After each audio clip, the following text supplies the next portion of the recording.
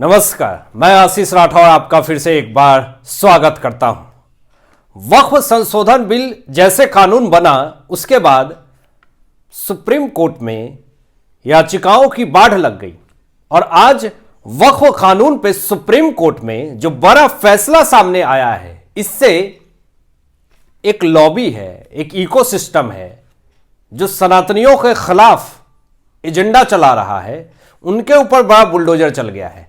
और वही supreme court में हर एक मुद्दों पे, देश विरोधी एजेंडों पे कपिल सिब्बल पिलर की तरह खड़े हो जाते हैं।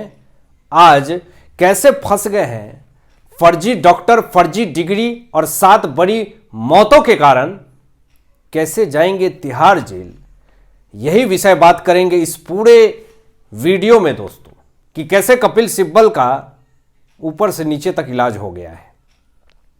लेकिन सबसे पहले बात कर लें कि वक्फ कानून पे सुप्रीम कोर्ट में जो बड़ा फैसला हुआ है, जिरह जारी है पूरी तरीके से। सुप्रीम कोर्ट में वक्फ कानून पे आज सुनवाई हुई और जो सुनवाई हुई, जो न्यायाधीश की तरफ से फैसला आया, चीफ जस्टिस ऑफ इंडिया की तरफ से जो फैसला आया, सुप्रीम कोर्ट की तरफ से जो फैसला आया, इससे एक बड़ी लॉबी जो है परेशान हो गई है।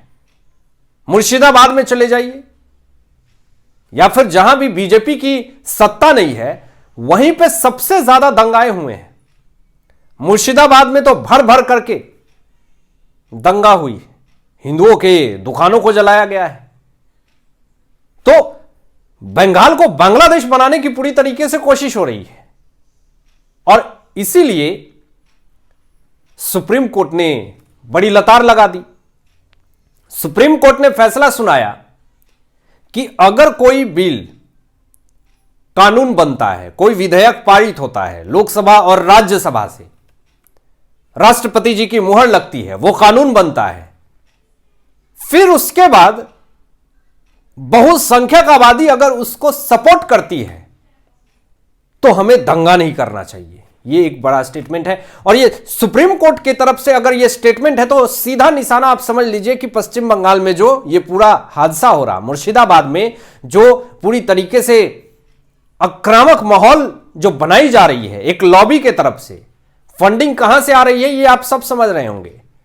सोरोस गैंग फंडिंग कर रहा है पूरी तरीके से, इंटरनेशनल लेवल पे पूरी तरीके से साजिश हो रही है। बहुत सारे हिंदू जो है वो पलायन कर रहे हैं बंगाल से। तो आखिर ये सबसे बड़ा विषय है कि मुर्शिदाबाद में जिस तरीके का माहौल क्रिएट हो रहा है, ये एक राजनीति प्रक्रिया है अपने शासन को बनाए रखने के लिए। लेकिन सुप्रीम कोर्ट ने भी पूरी तरीके से खरी खोटी सुना दी कि इस देश में अगर जो बहुसंख्यक आबादी अगर उस चीज का समर्थन करती है तो माइनॉरिटी को भी समर्थन करना चाहिए। लेकिन उस पर विचार सुप्रीम कोर्ट करेगी, लेकिन उसका फैसला माइनॉरिटी नहीं कर सकती है कि क्या यह सही है, क्या यह गलत है। और दंगा फसाद यह किसी भी मसले का हल नहीं है।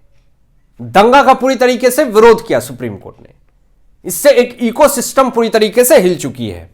आपको बता दें कि आजकल तो फैशन ट्रेंड चल गया है, कोई भी लोकसभा राज्यसभा से अगर कोई विधेयक पारित होती है तो एक ट्रेंड चल गया है, पीआईएल दाखिल कर दो सुप्रीम कोर्ट में, याचिकाएं लगा दो। तो वक्फ कानून के विरोध में 70 से ज्यादा याचिकाएं सुप्रीम कोर्ट में डाली गई। 7 राज्य से ज्यादा वक्फ कानून को पूरी तरीके से समर्थन मिला दोस्तों।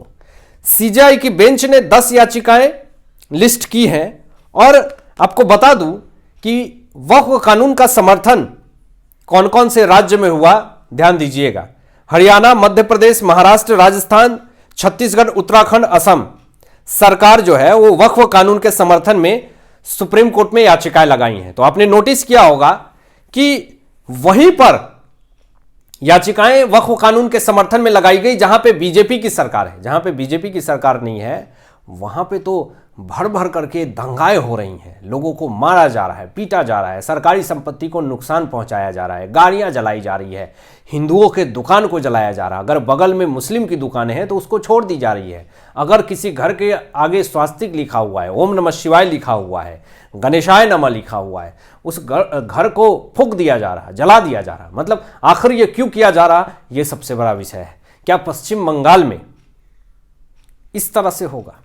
ममता की सरकार तो कह रही है कि हमारी सरकार जब तक रहेगी हम वक्फ कानून को लागू ही नहीं होने देंगे। मतलब दादागिरी चल रही है कि अगर संसद से कोई विधेयक पारित हुआ है तो हम नहीं चलने देंगे। यहां तक यह भी धमकी दी जा रही है कि हमारी सरकार आएगी तो हम वक्फ कानून को मानेंगे ही नहीं। मतलब जो सरकार आएगी वो अपने हिसाब से कानून बनाएगा, वो अपने हिसाब से विधेयक पारित करवाएगा, देश हित के लिए कुछ नहीं। लेकिन इन तमाम विषयों पे कोई भी देश के फेवर में अगर मुद्दाएं हों, उसके विरोध में सुप्रीम कोर्ट में पिलर बन जाते हैं कपिल सिब्बल। लेकिन आज एक ऐसे चक्कर में फंस गए हैं जिससे कि इनका नपना तय हो गया है। घटना आपको बता देता हूं, मध्य प्रदेश की है, दामोह जिले की है। ईसाई मिशनरी अस्पताल में 7 लोगों की मौत हो गई है दोस्तों, 7 लोगों की। और कैसे मौत हुई है? हार्ट सर्जरी करने से। अब ये जो हार्ट सर्जरी करता है वो आखिर कौन है? ये जो ईसाई मिशनरी अस्पताल में, जो मध्य प्रदेश में दमोह में जो 7 लोगों की मौत हुई है, इसमें कपिल सिब्बल का कनेक्शन सामने आ गया है। और कैसे सामने आया है यह आप पूरा वीडियो देखेंगे तो आपको समझ में आ जाएगा। तो हार्ट सर्जरी अगर कोई करता है, जो डॉक्टर करता है, अगर आप सोचिए उसके पास डिग्री ही ना हो, फर्जी डिग्री हो, और उसी फर्जी डिग्री के आधार पे वो हार्ट का सर्जरी करता हो, और एक दिन से नहीं पिछले 18 साल से हार्ट की सर्जरी करता हो, तो उस इंसान की बचने की कोई उम्मीद है क्या? तो जो डॉक्टर था, जिस डॉक्टर का नाम मैं आपको बता रहा हूं, नरेंद्र यादव, इसने हार्ट सर्जरी कर दी ईसाई मिशनरी अस्पताल में जितने लोग थे। तो पिछले 7 से 8 दिनों के अंदर इसने हार्ट सर्जरी करना शुरू कर दिया। तो हार्ट सर्जरी जब किया तो हार्ट फेल, लोग तेजी से मर रहे थे। 7 लोग मर गए उसके हार्ट सर्जरी करने से, नरेंद्र यादव जो डॉक्टर है। बाद में जब पता चला, लोगों ने कंप्लेन करी, तो ईसाई मिशनरी अस्पताल डॉक्टर नरेंद्र यादव के सारे डॉक्यूमेंट को खंगाला गया। पता चला रही ये तो फर्जी डॉक्टर है, इसके तो सारे डिग्री फर्जी हैं। अब यहां पे सवाल यह उठता है कि जो ईसाई मिशनरी अस्पताल है, जिसका संचालन करने वाले, जिस हॉस्पिटल को संचालित करने वाले, उनका नाम अजय लाल है, और इस अजय लाल के ऊपर सुप्रीम कोर्ट में पहले से ही मामला दर्ज है। इसी अजय लाल की पैरवी कर चुके हैं कपिल सिब्बल। और ये जो अजय लाल है वो विदेश फरार हो गया, भाग चुका है। अब ऐसे कपिल सिब्बल ऐसे लोगों की पैरवी सुप्रीम कोर्ट में कर चुके हैं, तो आप अनुमान लगा सकते हैं कि आखिर इनका औधा कितना है, ये कितने हाई लेवल के वकील हैं, आप इससे भी अनुमान लगा सकते हैं। 1.5 महीने में 15 हार्ट सर्जरी करने का आरोप है दोस्तों। अब बताइए, हालांकि ये जो फर्जी डॉक्टर है नरेंद्र यादव, जिसे गिरफ्तार कर लिया गया है और गिरफ्तार करके जेल में भी डाल दिया गया है, लेकिन जब ये अजय लाल जो संचालित करता था ईसाई मिशनरी अस्पताल, वो भाग गया, इस पर कपिल सिब्बल ने कोई क्लेम नहीं किया। अभी तक तो इनको सामने आकर के तुरंत एक्शन लेने की मांग करनी चाहिए थी। तुरंत कपिल सिब्बल को सुप्रीम कोर्ट में याचिका लगानी चाहिए थी कि जज साहब, मेरी वजह से जो है वो 7 लोगों की मृत्यु हो गई है, मुझे सजा दीजिए।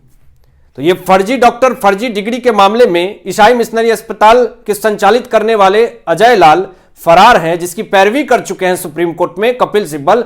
अब इनको कार्रवाई करने की मांग उठ रही है कि आखिर कपिल सिब्बल ऐसे लोगों का समर्थन कैसे कर सकते हैं, कैसे ऐसे लोगों का समर्थन कर सकते हैं। देखिए, यह कोई विषय है? मतलब इस तरीके से आप सुप्रीम कोर्ट में खड़े होकर के आप न्याय के देवता बन जाते हैं। ऐसा लगता हो कि पूरे देश की चिंता आप ही को है, लेकिन आप ऐसे लोगों का समर्थन कर रहे हैं जो कि फर्जी डिग्री, फर्जी डॉक्टर, हार्ट सर्जरी कर रहे हैं गलत तरीके से, और लोगों की मौत भी हो रही है गलत तरीके से। तो ऐसे लोगों का आप सुप्रीम कोर्ट में पैरवी करेंगे, यह कहीं ना कहीं बड़ा जांच का विषय है। अब इस पे आपकी क्या राय है, आपकी क्या सोच है, जरूर कमेंट करके बताइएगा। मिलते हैं लेटेस्ट ब्रेकिंग न्यूज के साथ, तब तक अपना ध्यान रखिए, ख्याल रखिए। सत्यमेव जयते। जय हिंद, जय श्री राम।